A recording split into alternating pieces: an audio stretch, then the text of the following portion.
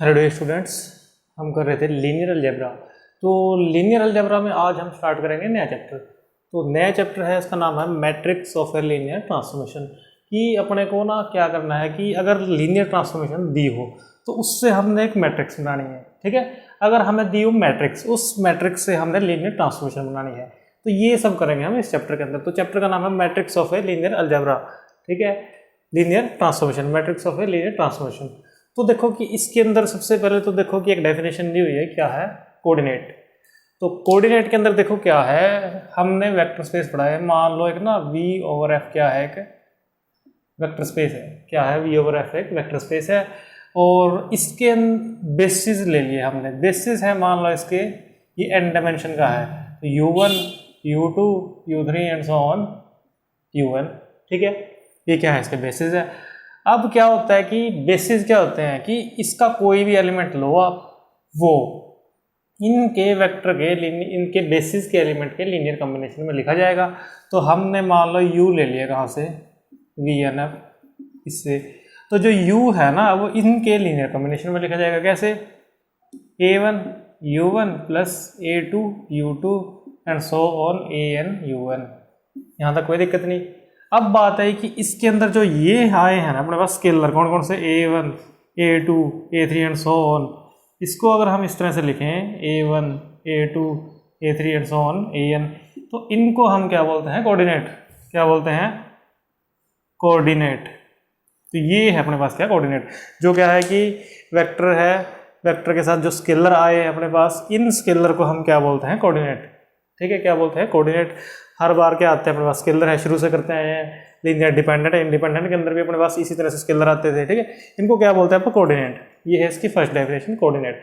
उसके बाद देखो क्या है, उसके बाद क्या है, देखो सिंपल डेफिनेशन थी कोऑर्डिनेट की।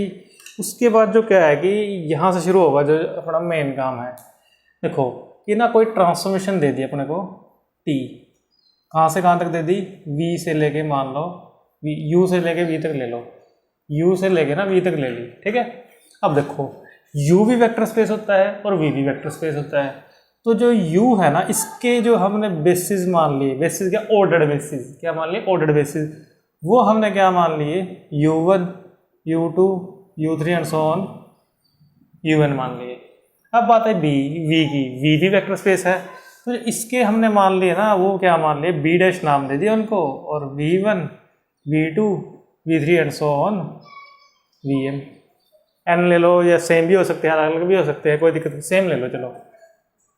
ठीक है, तो यहाँ पे अपने पास क्या है, इसके भी आगे इसके भी। अब हमने क्या निकालनी है, मैट्रिक्स, क्योंकि क्या है, मैट्रिक्स ऑफ लीनियर ट्रांसफॉर्मेशन।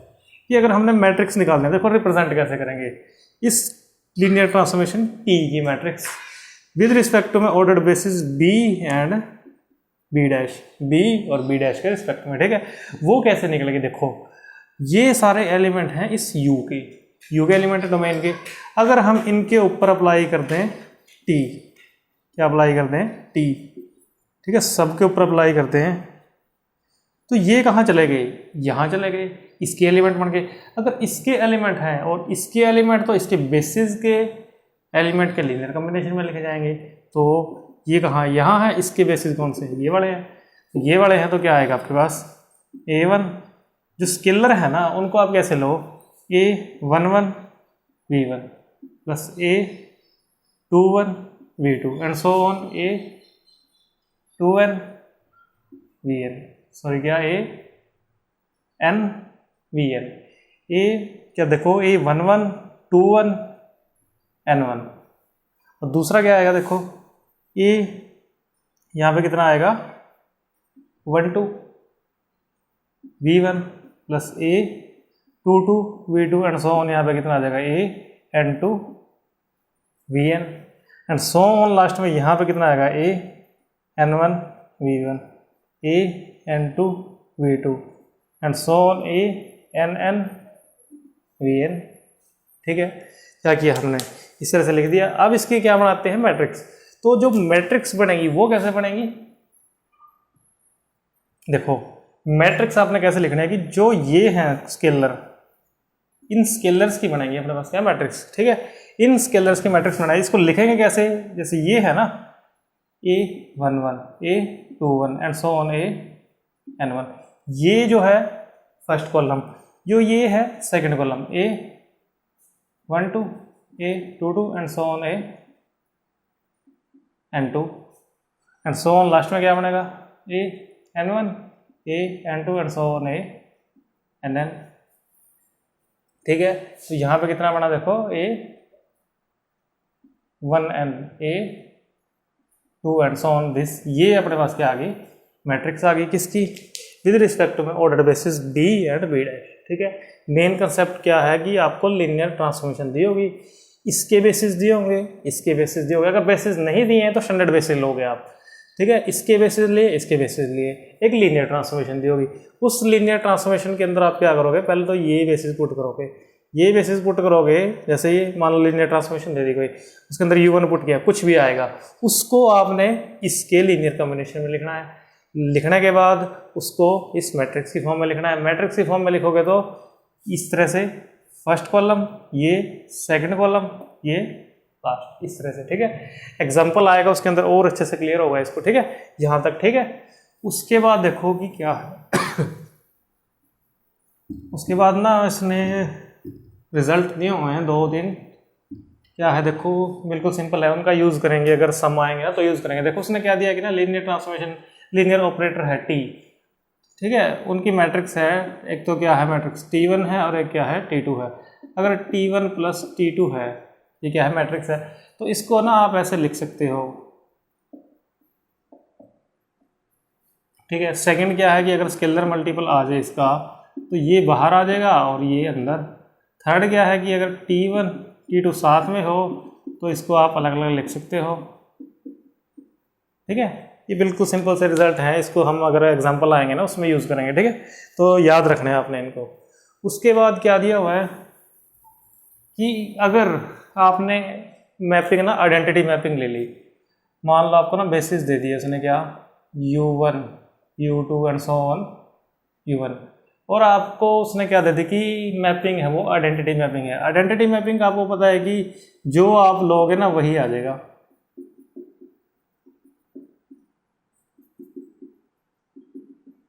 यही होती है आइडेंटिटी मैपिंग।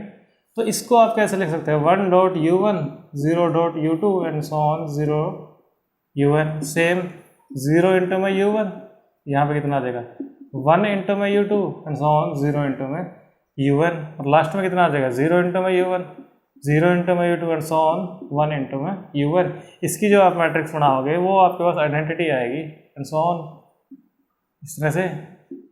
ठीक है, अगर अब ये क्या आपके पास नल आ जाए, नल का आपको पता है कि 0 पे लेके जाएगा, इसको क्या लेके जाएगा 0 पे, तो ये क्या हो जाएगा यहाँ पे 0 हो जाएगा, ये भी 0 हो जाएगा, ये क्या हो जाएगा 0। तो ये सारी की सारी मैट्रिक्स क्या बन जाएगी आपके पास 0 बन जाएगी। सिंपल सा कंसेप्ट है अपने पास ये।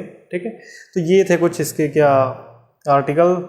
एग्जाम्पल करते हैं। मेनली इसका क्या है कि इन जो चीज़ें अभी तक की है ना, ये सिर्फ मेथड थे, इनका यूज़ होगा एग्जाम्पल के अंदर। एग्जाम में आएगा एग्जाम्पल आपका, तो एग्जाम्पल देखो क्या है, इस तरह से हम इसको करेंगे। तो ना पहले हम क्या करते हैं, एग्जाम्पल थर्ड करते हैं। क्या है देखो, उसने क्या दिया है कि ना एक ट्रांसफॉर्मेशन दी है T, R स्क्वायर से लेके कहाँ तक है, ये R क्यूब तक है। ठीक है, और उसने डिफाइनिंग किस तरह से दी है, T x1 x2 is equal to में क्या दिया हुआ है 3x1 माइनस x2, और क्या दिया हुआ है 2x1 प्लस 4x2, और थर्ड क्या दिया हुआ है 5x1 माइनस का 6x2।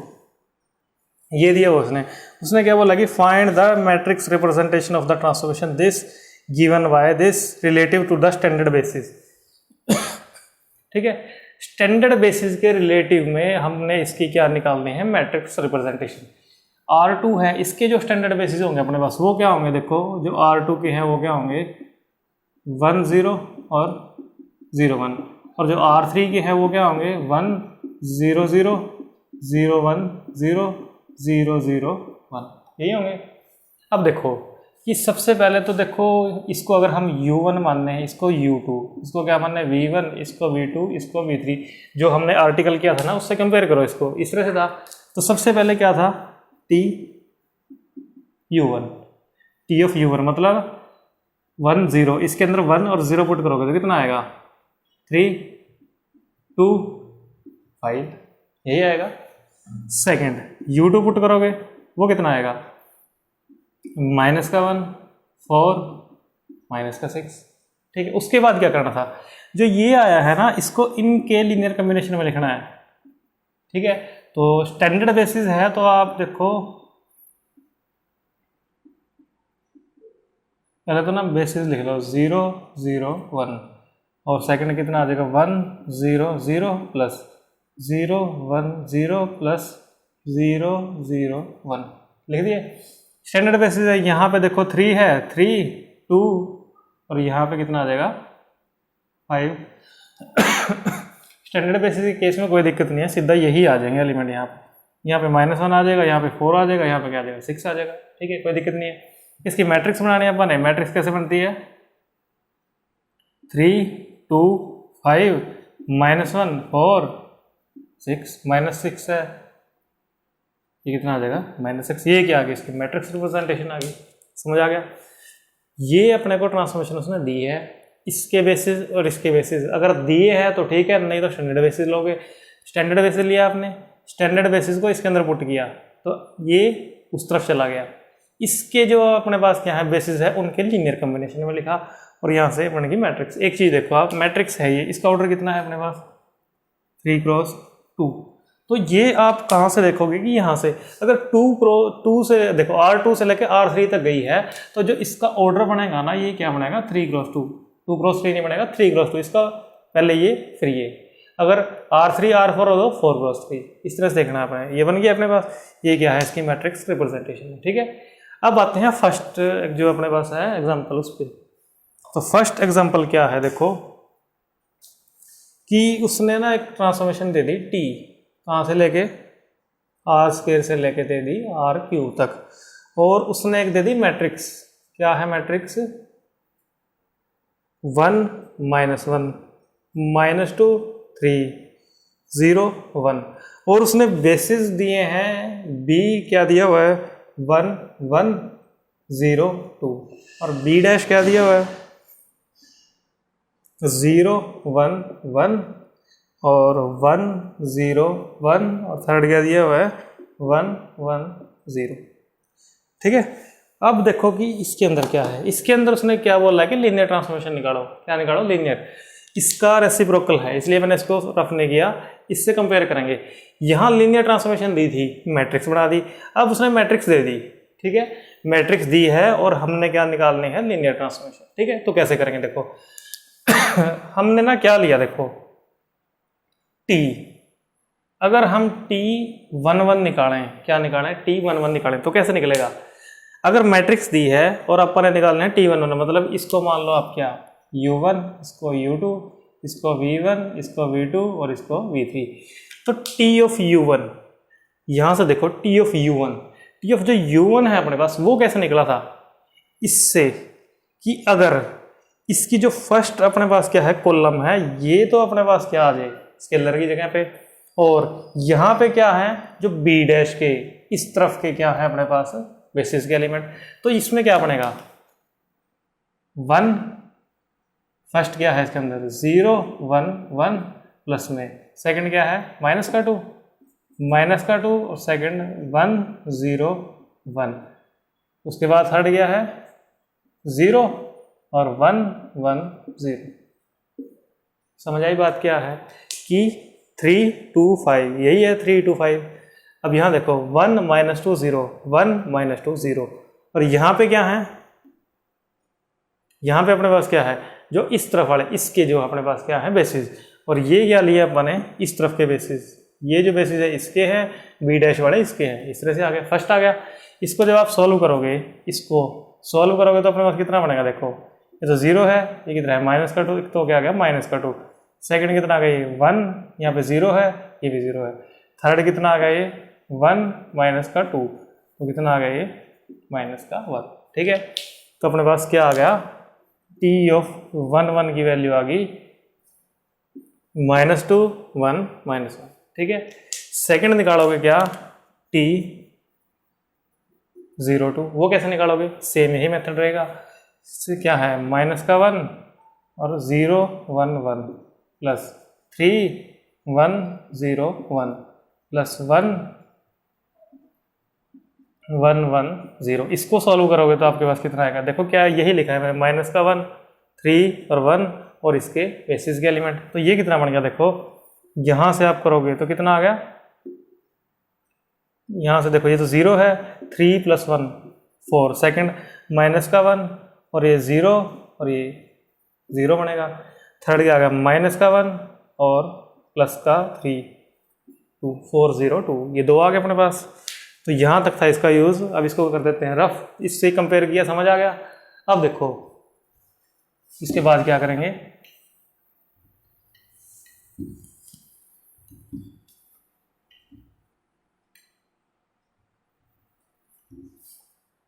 ठीक है। उसके बाद ना हमने क्या ले लिया, देखो x और y ले लिया। कहाँ से ले लिए? R2 से। R2 से ले लिए तो इसको इसके बेसिस के लीनियर कॉम्बिनेशन में लिखा जाएगा, ठीक है। इस a की और b की वैल्यू निकाल ली। क्या आएगी a की और b की value? a plus 0b is equal to में x, और यहाँ पे a plus 2b is equal to में y। यहाँ से a इज इक्वल टू में x आ गया और b कितना आ गया? y minus x by 2। तो a की वैल्यू तो कितनी है आपके पास? x, और b की वैल्यू कितनी है? y माइनस एक्स बाय 2, ठीक है। अब तो यहाँ थे, अब इसके ऊपर अप्लाई कर दिया t, क्योंकि लीनियर ट्रांसमिशन t इस तरह से होती है। t अप्लाई किया, ये कितना आ गया? X y. यहाँ पे देखो x बाहर आ गया, t इसके ऊपर लग गया 1 1 प्लस, तो y माइनस एक्स बाय 2 ये यहाँ आ गया 0 2 x। t ऑफ 1 1 की वैल्यू क्या है? ये जो अपन ने निकाली थी, क्या निकाली थी? -2 1 -1 plus y minus x by 2, और t 0 2 की वैल्यू कितनी है? 4 0 2। तो यहाँ से देखो अपने पास कितना आ गया, इसकी मल्टीप्लाई करोगे माइनस का 2x x minus x plus यहाँ से कितना आ गया? y माइनस x, और ये 2 0 1। इसको आप सॉल्व कर लोगे, आपके पास क्या आ जाएगी? एक लीनियर ट्रांसफॉर्मेशन आ जाएगी। समझ आया कि अगर आपको क्या दिया हो, मैट्रिक्स दी हो, तो आप उससे लीनियर ट्रांसफॉर्मेशन कैसे बनाओगे। और इससे पहले क्या किया था कि अगर आपको दी हो लीनियर ट्रांसफॉर्मेशन, उससे मैट्रिक्स कैसे बनाओगे, ठीक है। तो ये थे आपके क्या, इसके सम। एक और कर लेते हैं, क्या है देखो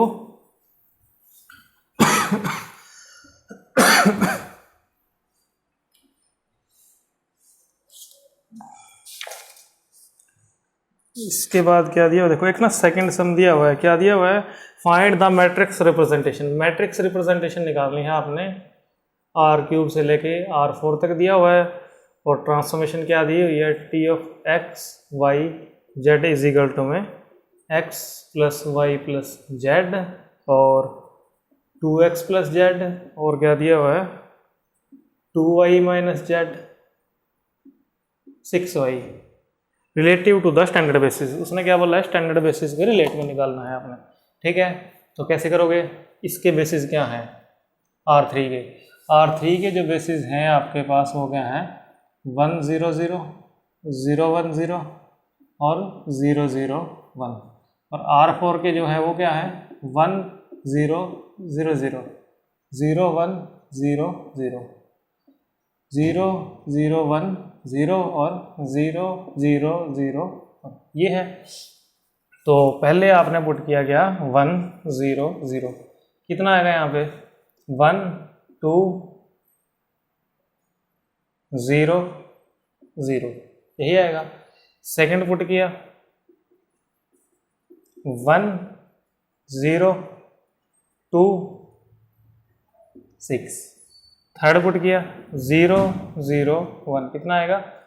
तो 1 1 माइनस 1 0, ठीक है। इसके बाद क्या करना है? 1 0 0 0 प्लस 0 1 0 0 प्लस 0 0 1 0 प्लस 0 0 0 1। सेकंड में भी क्या आ जाएगा 1 0 0 0 प्लस 0 1 0 0 प्लस 0 0 1 0 प्लस 0 0 0 1। लास्ट में भी क्या 1 0 0 0 प्लस 0 1 0 0 प्लस 0 0 0 1 0 और लास्ट में क्या 0 0 0 1।